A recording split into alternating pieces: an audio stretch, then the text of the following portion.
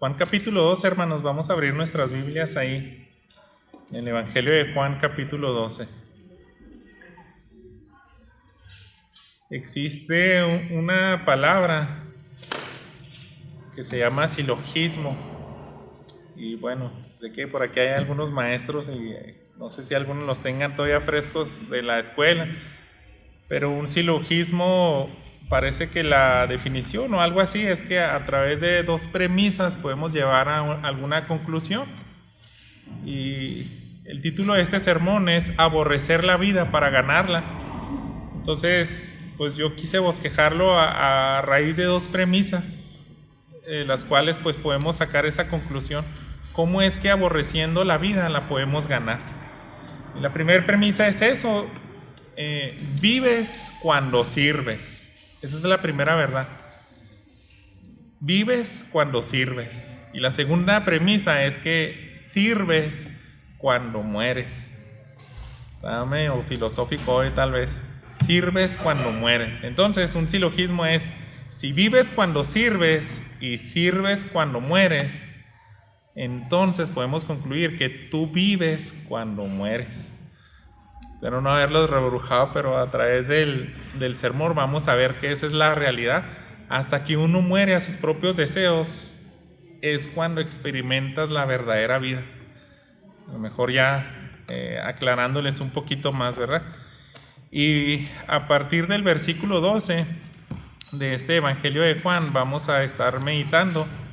Y déjenme hacer una lectura de los primeros, del versículo 12 al 16, para ir comprendiendo primeramente esto: vives cuando sirves. Si no estás sirviendo, como que no tiene sentido la vida, pero vamos a ver, hasta que estás sirviendo puedes vivir. Y de eso trata la primera parte de este sermón. Estamos viendo, hermanos, como contexto, en el capítulo 12, María, la hermana de Lázaro, sirvió a Jesús. Y ella hizo un acto extravagante al perfumar sus pies, al derramar también un perfume costoso con lágrimas. Y yo creo que ese es el ejemplo más claro de que ella estaba por fin, al fin viviendo como se debe vivir en esta vida, cuando sirves y sobre todo a tu Señor, a tu Salvador. Y ese ejemplo, pues yo creo que el Evangelio de Juan, todavía el apóstol Juan está tratando de profundizar en eso. Porque a partir de este versículo 12, ahí dice que al día siguiente de lo que sucedió en esa casa de María, de Lázaro, de Marta, va a narrar lo siguiente. Y parece ser, hermanos, que de estos versículos del 12 hasta el 36 va a narrar lo que pasó en ese día. Entonces tratamos de abarcar este sermón sin desconectar mucho de lo que está ocurriendo. Y vamos a ver qué pasa, ¿no? ¿Por qué uno, cuando aborrece su vida y estás dispuesto a perderla, vas a ganarla y vas a vivir por primera vez como se debe vivir, ¿verdad? En una vida de servicio y en agradecimiento a Dios. Bien, dice este versículo 12: al día siguiente, cuando la gran multitud que había venido a la fiesta oyó que Jesús venía a Jerusalén, tomaron hojas de las palmas y salieron a recibir a Jesús y gritaban: Hosana, bendito el que viene en el nombre del Señor, el Rey de Israel. Jesús, hallando un asnillo, se montó en él, como está escrito: no temas, mira, Sión, he aquí tu rey viene montado en un pollino de asna. Sus discípulos no entendieron esto al principio, pero después, cuando Jesús fue glorificado, entonces se acordaron de que esto se había escrito de él y de que le habían hecho estas cosas.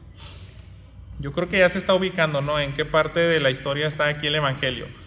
Esta, hermanos, es la última semana de vida de nuestro Señor Jesús. Esto ocurrió una semana antes, ¿verdad? La entrada triunfal, y después, a los pocos días, es crucificado. Sabemos que había ocurrido precisamente a raíz de la resurrección de Lázaro. Se han juntado multitudes De por sí, pues ya están en la conclusión de los 3 años de ministerio de nuestro Señor Jesús, 3 años donde ha hecho milagros y señales, pero esta señal es la más sorprendente porque resucitar a un muerto después de 4 días de haber dejado el alma al cuerpo físico, pues era un milagro que nunca habían contemplado los judíos. Habían visto otro tipo de resurrecciones, pero no a ese nivel de que se le dio gloria a Dios, ¿verdad? Juan relata lo más importante de este día, y yo creo que aquí vamos a ver cómo es la misión en estas tierras y qué es el camino que les traza también a sus hijos, hermanos, a sus discípulos. Bien, estamos aquí en esta escena, la multitud está feliz, todavía está muy contenta por lo del día anterior, pero sobre todo no están comprendiendo, hermanos, todo lo que está ocurriendo aquí en este evento. ¿Por qué? Porque Juan ya escribe como días futuros, dice, entró en un pollino, en un asno, pero no habíamos comprendido hasta que se cumplió esta profecía, nos dimos cuenta que eran cosas que ya estaban previstas, pero hasta que Él resucita, ya analizamos esto, era muy importante. El Evangelio de Juan, pues siempre debemos de repasar y recalcar que son señales que Dios a través de su Espíritu Santo inspiró al discípulo Juan para que nos dejara estas pistas, por así decirlo, para poder tener la vida eterna. Bien, Jesús, hermanos, vino a ser obediente, vino y vivió una vida perfecta. Y aquí en su última manifestación, por así de las últimas manifestaciones públicas, como la entrada triunfal a Jerusalén, pues podemos ver, ¿no?, lo que también narran los otros evangelios. Están hasta cierto punto las multitudes eufóricas, estaban bien, pues bien contentas, porque dice aquí en este evangelio, gritaban, no solamente decían así en voz normal, dice, ellos gritaban. Yo creo que hasta sincronizaron sus frases, sus gritos a manera de porra, diciendo lo que nos describe aquí. Dice, Hosana, bendito el que viene en el nombre del Señor, el Rey de Israel.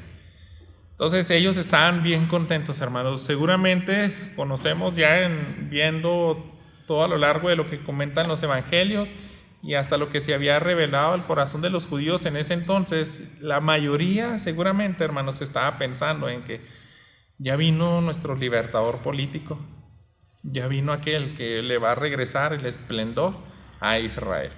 La mayoría estaba pensando en eso, hermanos, pero la Escritura, 500 años, deja una profecía. Si me quiere acompañar ahí en el profeta Zacarías, en el capítulo 9, pues viene acerca de todo esto, porque la entrada triunfal se da en un pollino. Un pollino, pues se refiere en diminutivo al hijo de una asna. Parece ser que hasta el tamaño era pequeño y también pues era un burrito joven. Y fíjese cómo dice Zacarías 9, los versículos 9 y 10. Regocíjate sobremanera, hija de Sión, da voces de júbilo, hija de Jerusalén, tu rey viene a ti, justo y dotado de salvación, humilde, montado en un asno, en un pollino, hijo de asna. Destruiré el carro de Efraín y el caballo de Jerusalén, y el arco de guerra será destruido.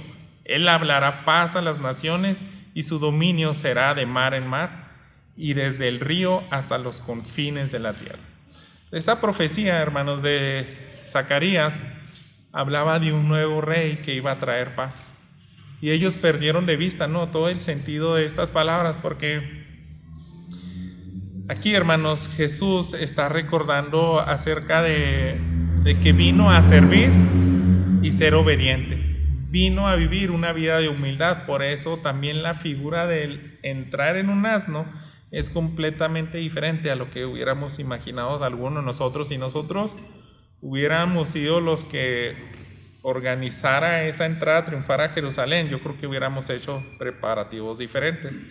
Hubiéramos dicho, ¿saben qué? Consigan el corcel de pura sangre, el caballo más grande, musculoso, bonito, y vamos a darle una espada a Jesús para que entre así como los reyes.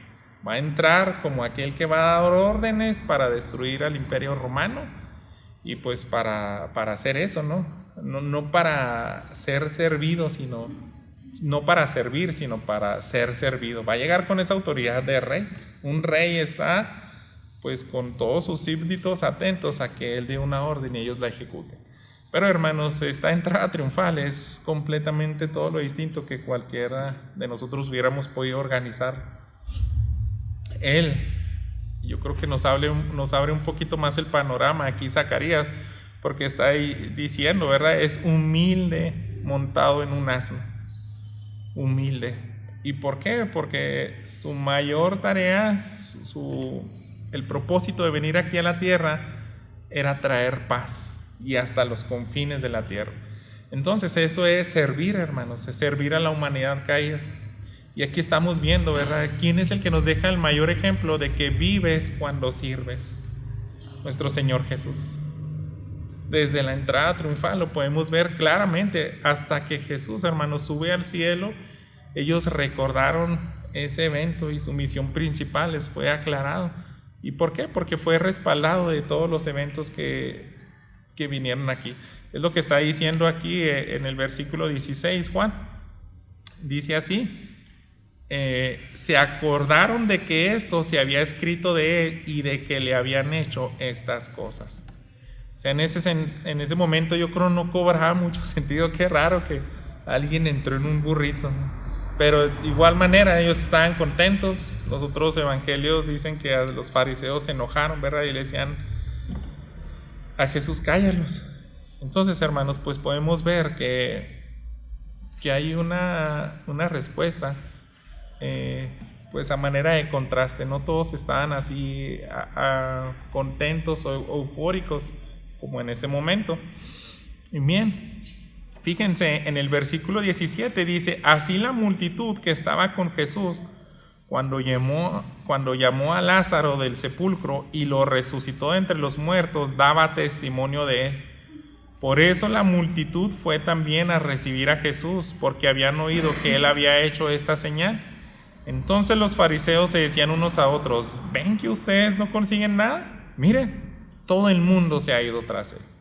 Ese es el contraste, ¿verdad? Aquellos que sí querían honrar y glorificar a Dios, porque ya Jesús traía una multitud desde Betania, ahí cerca de Jerusalén, y esa multitud fueron testigos de esa resurrección, pero se mezcla con otra multitud de Jerusalén y les están dando testimonio. Esto pasó verdaderamente. Las multitudes se unen y ya están eufóricos porque dicen: qué milagro más grande que este, y todo lo del ministerio de Jesús. Entonces él se merece ser nuestro rey. Hosana al Salvador. Y hacen ese tipo de declaraciones. Pero ahí está el contraste, ¿verdad? Entre los fariseos, porque Juan está haciendo siempre énfasis en que cuando Jesús hace declaraciones de todas las señales que hemos visto, todas esas aseveraciones de que yo soy la luz, yo soy el agua viva, yo soy la resurrección, ellos se enojan, se enfurecen. Pero por más que han tratado de disuadir a las multitudes que no le sigan, ellos dicen: ya no podemos hacer nada. Miren, ya se nos juntaron todas las multitudes habidas y por haber en una sola, y estamos perdiendo absolutamente terreno contra él, ¿verdad? Para ellos la situación está algo desesperante, pero Jesús pues sigue manejando su agenda. ¿Cuál es su propósito aquí? Pues es demostrar que no simplemente es un libertador político, es alguien que viene a servir, hermanos. Mire, vamos a ir a Lucas, a este evangelio en el capítulo 19, y comprender un poquito más, ¿no?, acerca de este evento, porque pues nos da un poco más de luz, detalles. Vamos a seguir tratando de comprender principalmente el enfoque de Juan, pero nos va a ayudar aquí en el versículo 36 al 38, les leo. Mientras él iba avanzando, tenían sus mantos por el camino.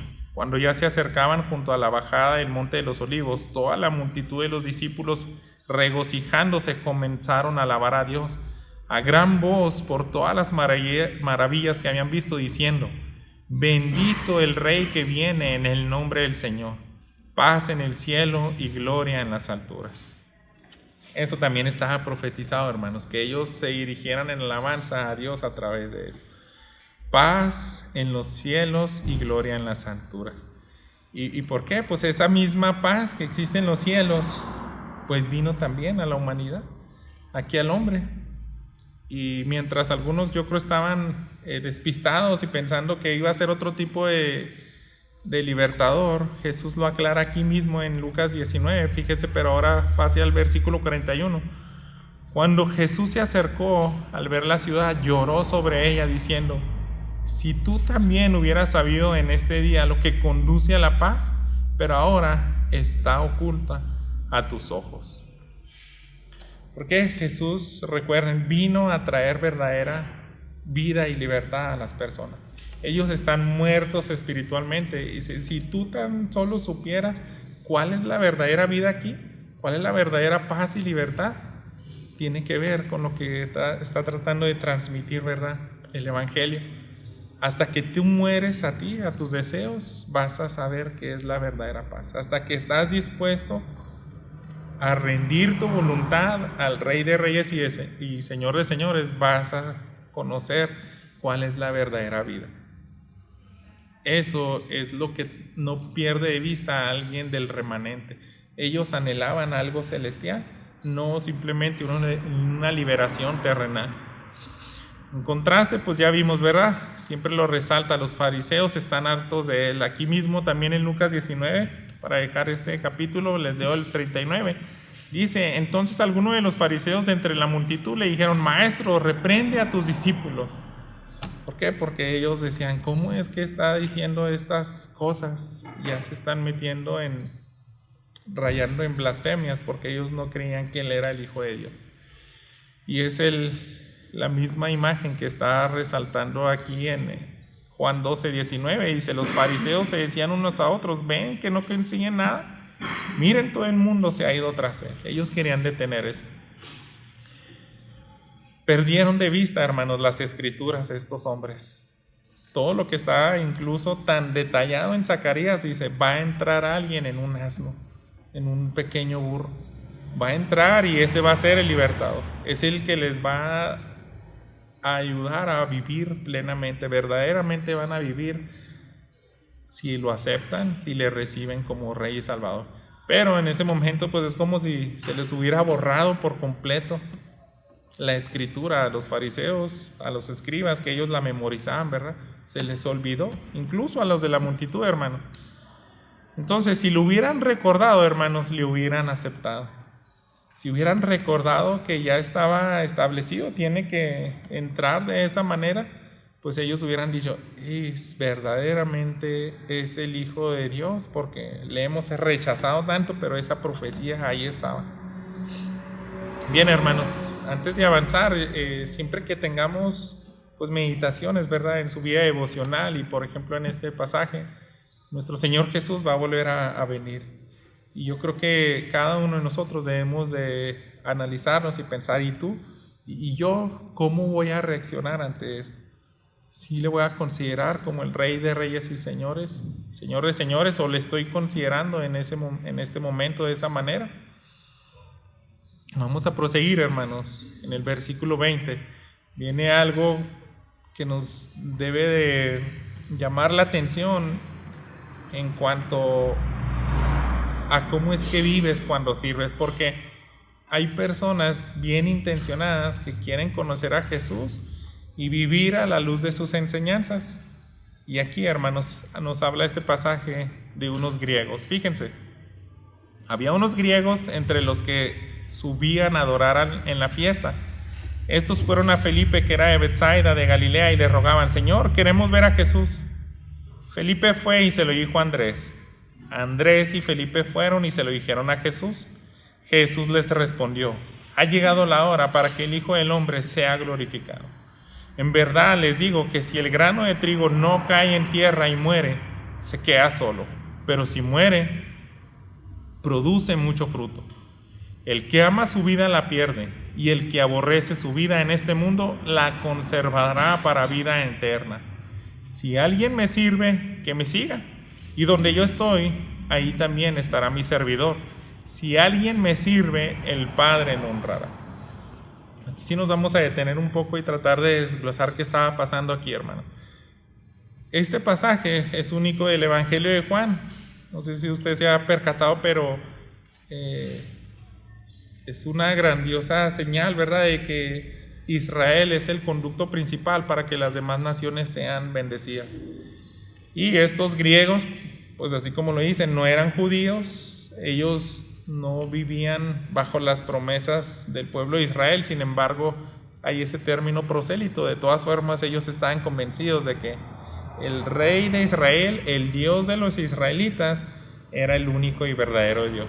Entonces ellos se querían acercar y veían a Jesús y decían, pues nosotros queremos saber más acerca de él. Se acercan a Felipe y pues no nos vamos a detener en esa dinámica, porque él le dice a Andrés y luego se acercan y se lo dicen a Jesús, pero no sabemos qué pasó, hermanos. No dice el Evangelio si estos griegos siguieron a Jesús o no. Jesús lo único que les está contestando: estas son las condiciones si tú me quieres seguir.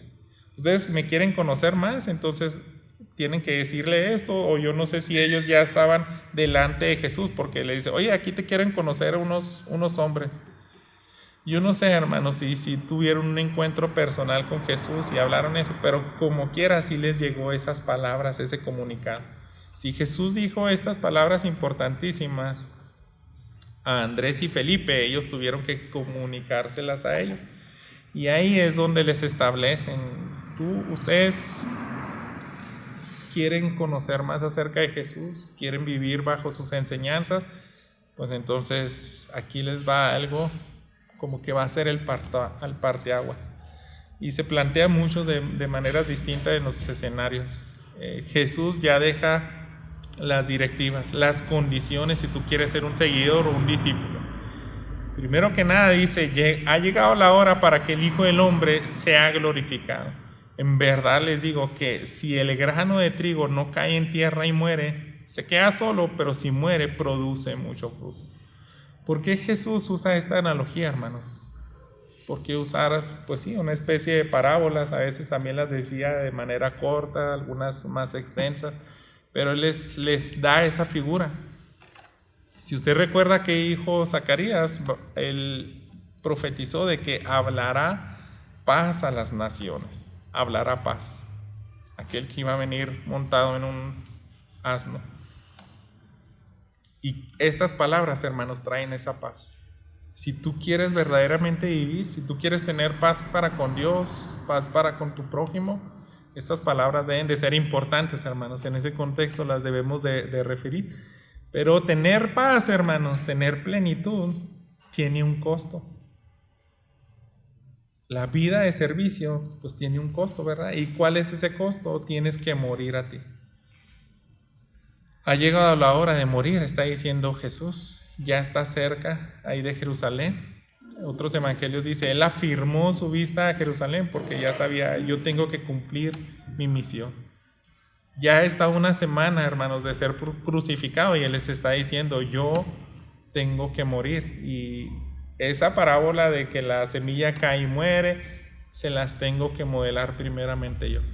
Para que entiendan estas palabras, que ahorita a lo mejor se va a quedar nada más registrado aquí en sus mentes, tienen que ver días después, donde van a ver cómo me maltratan, cómo me torturan, cómo me crucifican, y al tercer día resucito. Y ahí va a cobrar sentido esta historia, esta parábola. Bien, miren, la semilla debe de morir, y hay una paradoja en esto, porque hay una familia de árboles, hermanos, que le dicen las secuoyas. Y las secuoyas son pues una especie de pinos, y generalmente son árboles grandes, gigantescos, y que duran cientos de años. Y hay una paradoja en esas semillas, porque para que una semilla de esas secuoyas, de esa familia de árboles, pueda germinar, se requiere precisamente fuego, hermanos, literalmente.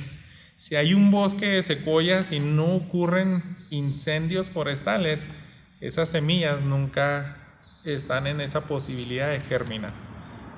Pues no son muy grandes, a lo mejor uno la puede abarcar bastante bien así con el puño de su mano, pero cuando hay incendios en los bosques, o sea, ya Si usted ve algún día, se topa un reportaje de, no sé, de Nat Geo o los que hacen reportajes de naturaleza, y se va a dar cuenta de eso. Es una especie de paradoja que no hay vida si no hay muerte. No pueden crecer más de esos árboles si no hay un incendio que también arrase con otros árboles. Entonces también es un árbol que resiste bastante el fuego, pero cuando ya se elevan esas temperaturas, esas semillas se ablandan y, o sea, caen, se abren, y el contenido que está ahí adentro ya puede entrar en la tierra y morir, y ahí nace otro árbol. Cuando está en esta especie de árboles en extinción, es por eso, porque no han habido incendios forestales. O sea, dice, hay algunas que están en ese peligro porque no han pasado incendios. Esas semillas, hermanos, pueden durar décadas ahí en el árbol o en el piso, y no va a pasar nada hasta que sean abiertas por el fuego. Entonces yo creo que es una ilustración que Jesús quería transmitir. La semilla, hasta que cae y muere, ya puede producir fruto.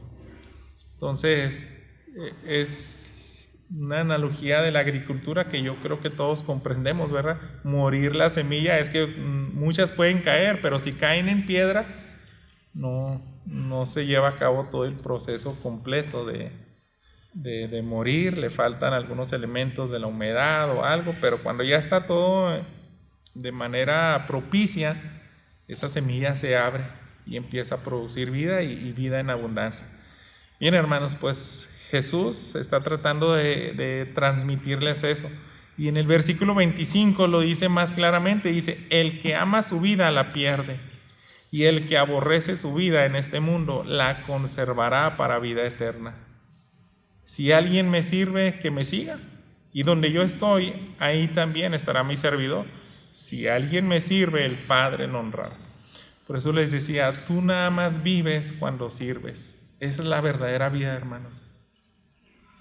Nosotros, en los embajadores del Rey, pues es una frase que yo creo que ya la ha escuchado usted, y ahorita ni recuerdo quién la inventó, pero lo usábamos en los embajadores del Rey, y nos decía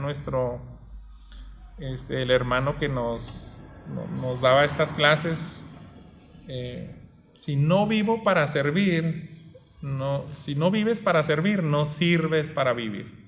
Entonces usted la ha escuchado, y es lo que quiere transmitir Jesús a estos griegos. ¿Quieren vivir para mí? No va a servir para nada todos sus intentos si no me sirven. ¿Por qué? Porque está diciendo aquí, si alguien me sirve, el Padre lo honrará, pero dice, donde yo estoy, ahí también va a estar mi servidor. Jesús, hermanos, siempre estaba sirviendo a las multitudes.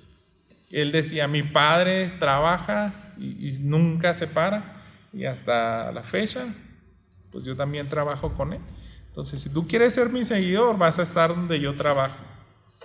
Y si me sirves, mi Padre te va a honrar. Y ese es el costo del cristianismo, hermanos.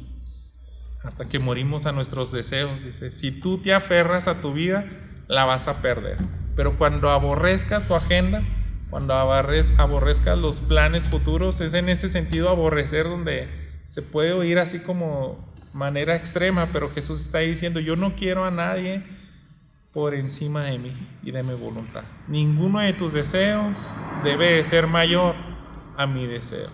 Y cuando entiendas eso y mueras a tus deseos, ahí empieza la verdadera vida, ¿verdad? Cuando ya nos entregamos por completo a Dios. Decirle, yo ya no quiero saber nada de mis planes futuros, los borro. A veces, hermanos, me gusta mucho uno de esos autores, de Paul Tripp, dijo que generalmente yo llegaba con Dios y le ponía una lista de cosas en mis oraciones, ahí está mi lista y fírmala. Así llegaba con Dios, me las vas a cumplir. Pero dice, he aprendido que ya no. Ahora yo llego con una hoja en blanco, y esa hoja en blanco le pongo yo mi firma y le digo, tú pon lo que quieras y eso lo voy a hacer. Entonces es bien distinto, hermanos, ¿verdad? Hasta que nosotros aborrecemos todos nuestros planes y le decimos, pon tú los tuyos, yo te voy a servir. Ahí es cuando verdaderamente se vive. El que ama su vida la pierde.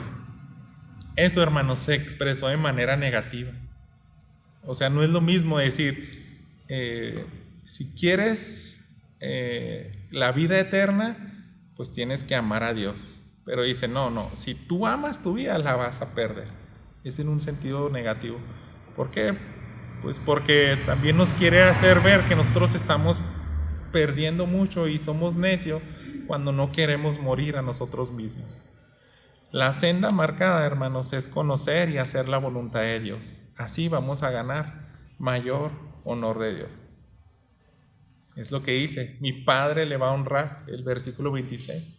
Hasta que me sirvas, mi Padre te va a honrar. Y eso es lo mejor que podemos vivir y experimentar, hermano. O vas a buscar la honra de los hombres aquí en la tierra al hacer tus planes, ¿o qué prefieres? Que mueras a tus deseos, que sirvas a Dios y le entregues tu vida por completo a Él y que Él te dé la honra, porque no hay mayor honra que podamos recibir, hermanos, que el Rey del universo. Amén.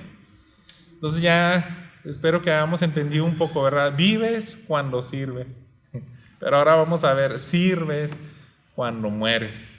Fíjense en los versículos 27. Ahora mi alma se ha angustiado. ¿Y qué diré? Padre, sálvame de esta hora. Pero para esto he llegado a esta hora. Padre, glorifica tu nombre.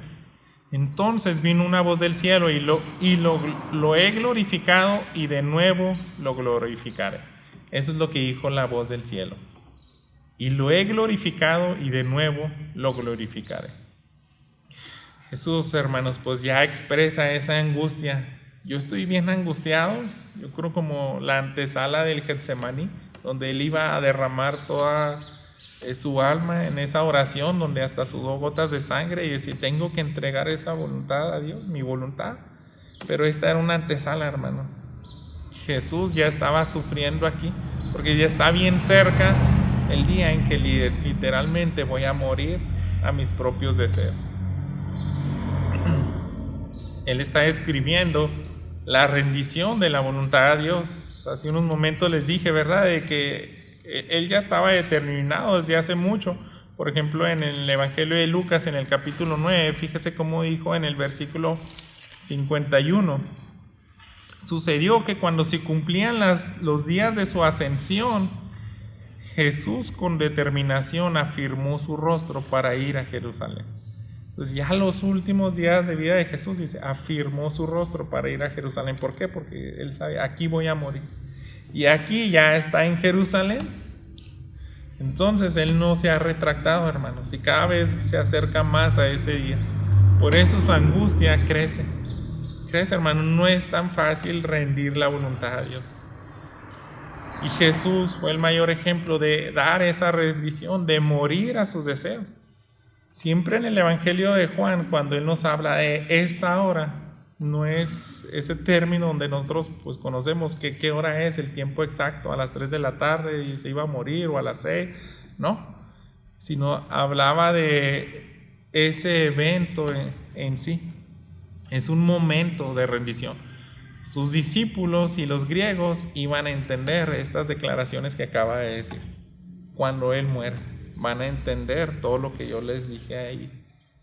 Tienen deseos de seguirme, pues aborrezcan su vida para que la ganen. Y yo les voy a mostrar cómo. Voy a dar el primer paso.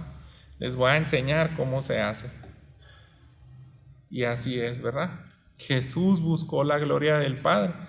Y el Padre, hermanos, afirmó audiblemente su respuesta a esa contestación. Él está haciendo una oración. Aquí en el versículo 27 dice, ¿qué diré? Padre, sálvame de esta hora. Pero para esto he llegado a esta hora. Padre, glorifica tu nombre. Esa es la oración más importante de Jesús. Glorifica tu nombre. Tú recibes la gloria. Yo paso en un segundo término. Yo voy a hacer y te voy a servir y a cumplir lo que me has mandado a hacer. Y el Padre, hermanos, responde de manera audible. Jesús busca la gloria del Padre, pero aquí nos dice este pasaje, por medio de voces directas, Él se manifestó, ¿verdad?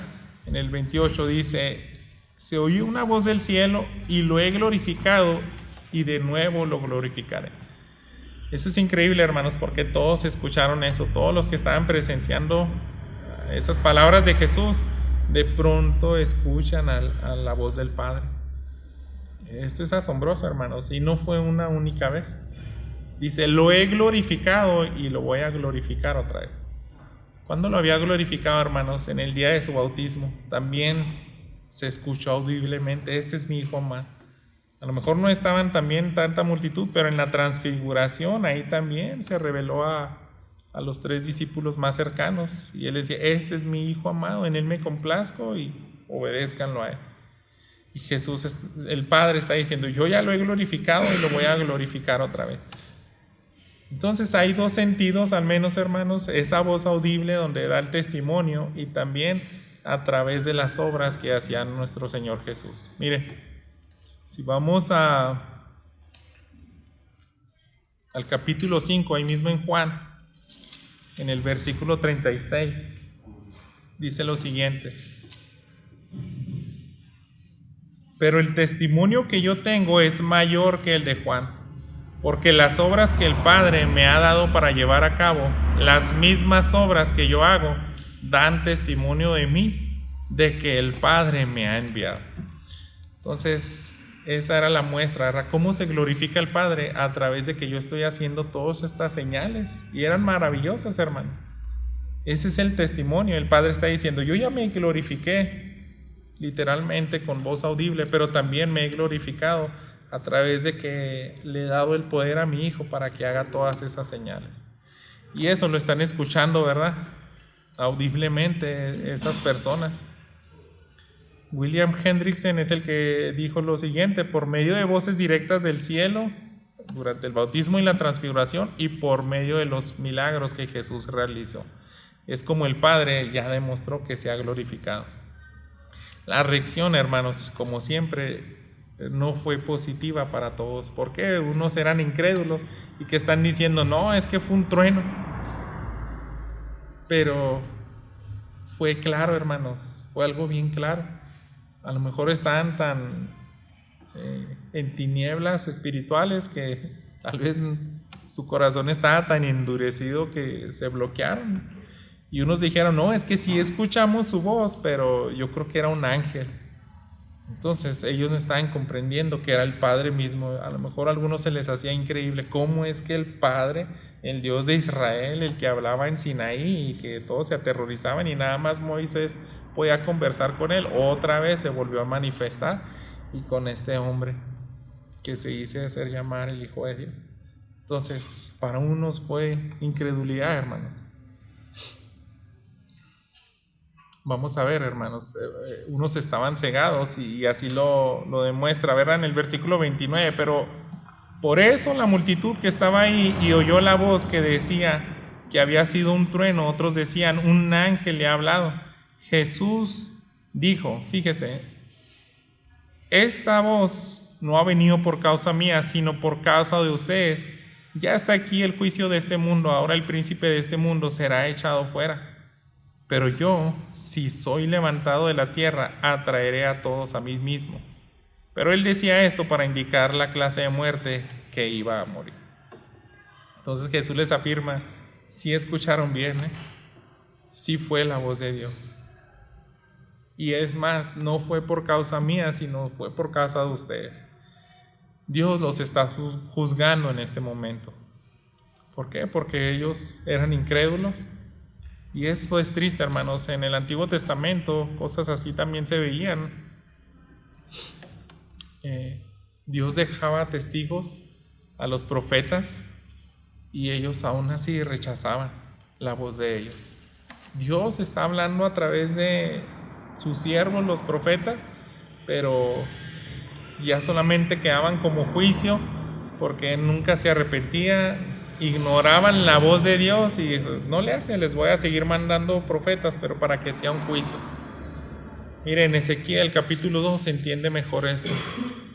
Vaya al profeta Ezequiel y fue de aquellos profetas que no tuvieron una respuesta positiva a su mensaje. Tanto él como Jeremías, Dios les encargó, ¿saben qué? Tienen una tarea, llamen al arrepentimiento, pero nadie se va a arrepentir. Yo los tengo ahí, pero es para juicio, es para que vean que yo sí les envié una oportunidad para arrepentirse. Aquí en Ezequiel 2:5 dice: tal vez ellos escuchen o dejen de escuchar, porque son una casa rebelde, sabrán que un profeta ha estado entre ellos.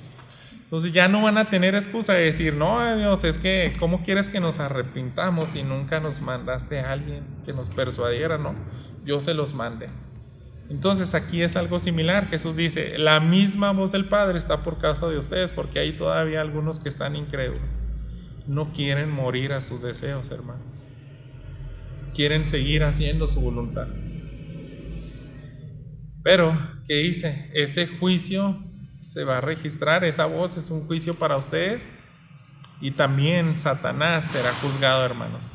Esto es algo también sorprendente que nos está diciendo aquí en el versículo 33, porque en el 32, 31, ya está aquí el juicio de este mundo, ahora el príncipe de este mundo será echado fuera. Él también está dando un adelanto de lo que va a ocurrir. En Colosenses 2:15 nos lo describe, yo creo, mejor el apóstol Pablo, de qué sucedió exactamente cuando Jesús iba a morir. No solamente era un juicio para los hombres, sino también para nuestro enemigo, el diablo. Dice en 2:15: habiendo despojado a los poderes y autoridades, hizo de ellos un espectáculo público, triunfando sobre ellos por medio de él. Está hablando, ¿qué pasó cuando murió en la cruz Jesús? Él exhibió a sus enemigos, dijo: ya los derroté, ya he hecho fuera a Satanás. Tal vez no está consumado por completo, pero debemos de creer, hermanos, que esa autoridad se le ha rendido a Dios, a Jesús, al Hijo. Entonces, todo esto nunca hubiera ocurrido, hermanos, si no hubiera muerto Jesús. Satanás no hubiera sido echado fuera de este mundo. Ese poder sobre el pecado ya no puede estar manifiesto directamente en los hijos de Dios, hermanos. Jesús anunció, ¿verdad?, qué es lo que iba a pasar cuando yo muera como el peor de los pecadores, maldito en una cruz. Van a ocurrir muchas cosas. Va a haber vida plena en los que crean en mí. Satanás va a ser echado, pero todas esas cosas sorprendentes, hermanos, nunca hubieran sucedido si Jesús no muere. Entonces, por eso es la segunda frase: sirves cuando mueres. El mayor ejemplo es que Jesús murió. No hubiera servido de nada, hermanos, que Jesús hubiera hecho tantos milagros en su época si no hubiera muerto en la cruz, si no hubiera estado dispuesto a decirle: ¿sabes qué? Hasta aquí acabo mi tarea, me regreso al cielo, sí puedo hacer todo lo que me pides, pero morir no. No hubiera habido vida para nosotros que estamos aquí en este momento. Entonces, hasta que Jesús murió, eso ya sirvió para la redención del hombre. Vamos a concluir aquí en los versículos 34 al 36. Dice: entonces la multitud le respondió: hemos oído en la ley que el Cristo permanecerá para siempre. ¿Y cómo dices tú, el Hijo del Hombre tiene que ser levantado? ¿Quién es este Hijo del Hombre? Jesús entonces les dijo: todavía por un poco de tiempo la luz estará entre ustedes. Caminen mientras tengan la luz, para que no los sorprenda las tinieblas. El que anda en la oscuridad no sabe a dónde va. Mientras tienen la luz, crean en la luz, para que sean hijos de la luz. Ellos estaban confundidos, hermanos. O sea, no podían concebir. En el Antiguo Testamento hay salmos. David decía que de su trono iba alguien a gobernar para siempre. ¿Y cómo dices tú que te vas a morir? Ellos no entendían, ¿verdad? Pero el Padre responde en voz audible que ese propósito tiene que cumplirse. Y se plantea, hermanos, un caminar con Jesús con un lapso de tiempo, porque Jesús dice: ¿sabes qué? ¿Vas a creer esto o lo vas a rechazar? Todavía por un poco de tiempo la luz estará entre ustedes. Yo todavía estoy aquí para que crean mis enseñanzas y se aferren a ellas, porque después van a estar en tinieblas. Mientras yo estoy aquí, tienen esa oportunidad para que crean en la luz y sean hijos de luz. A eso apunta todo el Evangelio de Juan. ¿Cómo mueres a ti mismo? Creyendo, muriendo a ti mismo. ¿Crees en todo lo que Jesús te está diciendo? Pues tienes que seguir sus pasos. Tienes que morir como Él estuvo dispuesto a morir. Y hermanos, esto también nos habla de un lapso de tiempo, dice, mientras la luz está aquí. Porque yo me voy a ir y muchos de ustedes, pues ya su fe no les va a dar para tanto. Pero ese lapso de tiempo es que hay límites para creer también, hermanos. Ahora nosotros sabemos que ese límite es para el hombre, está establecido que el hombre muera solo una vez y después esto el juicio. Mientras tienes vida aquí, tienes oportunidad para creer. ¿Por qué? Porque Jesús se está manifestando todavía con su palabra, con su Espíritu Santo, que Él dijo, es mejor que yo me vaya para que Él venga y les voy a dejar un consolador, alguien igual que yo. Ahora ese lapso de tiempo, hermanos, que debemos de considerar es esta vida, este segundo, esta hora que estamos escuchando la palabra de Dios. ¿Y qué vamos a hacer, hermanos, en respuesta a este mensaje? Miren, yo quiero que piense ahí en su mente qué es lo más difícil que se le hace para entregar a Dios. ¿O qué es lo más valioso para ti? ¿Qué es lo más valioso que tienes? Puede ser tu familia, tu hijo, tu esposa, tu sueño, algunas metas. Piensa en eso. Entonces tú tienes que morir a eso y solamente tienes un lapso de tiempo para entregarse y decirle, ¿sabes qué? Ya estoy perdiendo mi vida si me aferro a cumplir esas metas y no a conocer tu voluntad y a servirte. ¿Por qué, hermanos? Hasta que nosotros no damos ese paso de fe, no vamos a vivir. Tú vas a pensar que estás viviendo, pero va a ser triste, ¿verdad? Hemos visto esos programas de acumuladores que generalmente, hermanos, juntan basura. O sea, llenan su casa y ya no puedes pisar en un lugar al suelo literal porque hay tanto amontonadero de basura, está tan lleno. Entonces va a ser triste que alguien llegue al cielo y vea cuando se ha revelado cómo viviste, tú te vas a ver así. Yo fui un acumulador de cosas terrenales. Siempre buscaba solamente las cosas terrenales.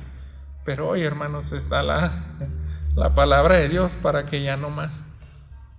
Para que nosotros entremos en ese proceso y como si le llamara a ese programa, mándeme un limpiador y que me enseñe a cómo sacar todas estas toneladas de basura.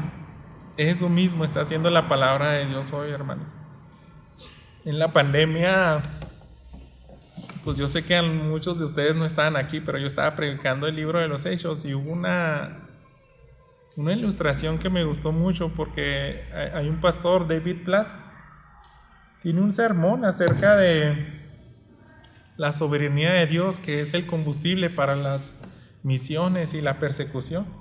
Más o menos así lo puede encontrar usted traducido porque no lo he encontrado en español, pero él hablaba acerca de dos pastores. Era un misionero que estaba en un país de persecución, me parece que era Rumania, y al menos en esa época, en décadas atrás, estaba en persecución, hermanos, y lo atrapa el gobierno, lo mete ahí, lo está interrogando, y también a un pastor que trabajaba llegado a él. Y cuando lo están interrogando a él, estas personas de gobierno, él les dice, ¿saben qué? Yo todo este tiempo, él estaba tranquilo y dice, ustedes son como los títeres de mi padre. Ustedes ni siquiera entienden exactamente qué está pasando. Yo sí entiendo qué está pasando. Tengo un encuentro con mi padre y él va a decidir qué va a pasar con mi vida porque pues lo querían matar. Y les está diciendo, ¿saben qué? Mi arma más poderosa es que yo muera. Y la arma más poderosa de ustedes, lo más poderoso que pueden hacer es matarme. Entonces, si ustedes me matan, ¿saben qué va a pasar? Por varios días yo estaba enseñando las escrituras, he estado predicando, he dejado hasta cassettes, he esparcido el evangelio lo más que pude. Y si ustedes me matan, yo voy a sellar ese mensaje con convicción, el evangelio.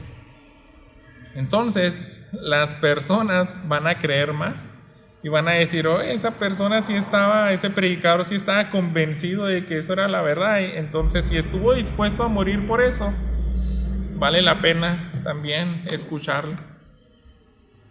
Y lo sueltan, se pasan con el otro pastor y ya empiezan a tener una conversación con él y luego le dicen, ¿sabes qué? Tu amigo piensa que estamos tontos. O sea, seríamos los más necios y mensos si lo matamos y lo vamos a dejar libre. ¿Por qué? Porque pues es verdad, o sea, se va a empeorar dificultar lo que nosotros tratamos de hacer, que no se llene nuestro país de esas enseñanzas. Y están tratando de resumir lo mismo con él y dice, él fue animado porque escucha cómo reaccionó el misionero y él narra, yo era un pastor que tenía miedo, yo tenía miedo porque siempre me mantenía oculto, yo no quería ser perseguido, yo no quería que me metieran a la cárcel, que me amenazaran a muerte y qué va a pasar con mi familia. Entonces, pero hasta que al fin entendí que cuando mueres a tus propios deseos, ya puedes vivir. Porque le dicen los del gobierno, te vamos a ir a dejar predicar y eres libre de ir a donde quieras. Puedes ir a cualquier lugar y predica, no te va a pasar nada.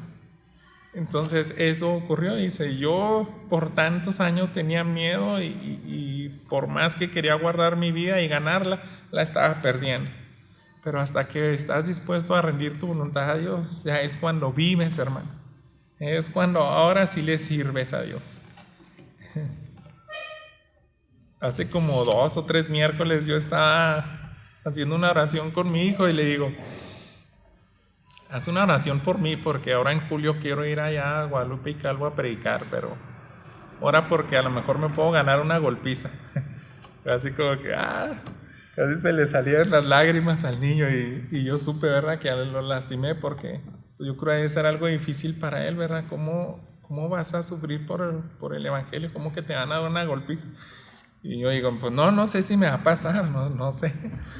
Pero ya hemos visto muchas historias de misioneros y eso es lo que hacen los cristianos.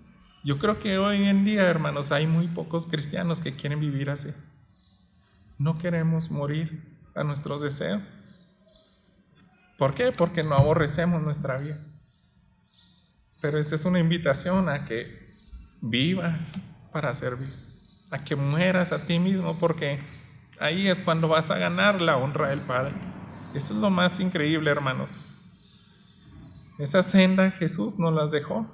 Es lo que dijo en el versículo 28, Padre, glorifica tu nombre. Esa es una oración, es decir, yo nada más quiero lo que tú quieres. Y ese es mi mayor anhelo, es mi mayor deseo. Quiera Dios, hermanos, que su Espíritu Santo nos mueva y que hagamos esa oración sinceramente. ¿Qué le parece si me acompaña?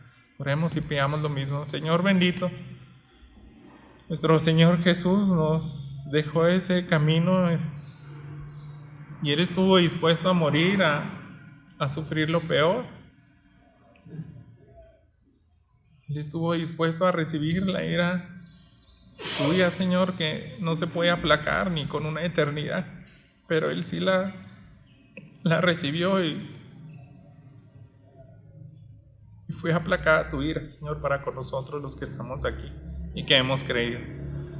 Pero te pido, Padre, que tú nos transformes, Señor. No queremos ser una iglesia que piensa que está viviendo. Te ruego, Señor, que tu palabra obre con poder para que seamos alguien que esté dispuesto a entregarte lo más valioso, lo que más nos cueste trabajo. Tú eres digno de estar en primer lugar y pues por eso oramos, Padre, porque sabemos que la Escritura es poderosa, pero sabemos que también tu Espíritu Santo es el que hace esa parte, aún en los errores que yo pueda haber cometido en esta predicación o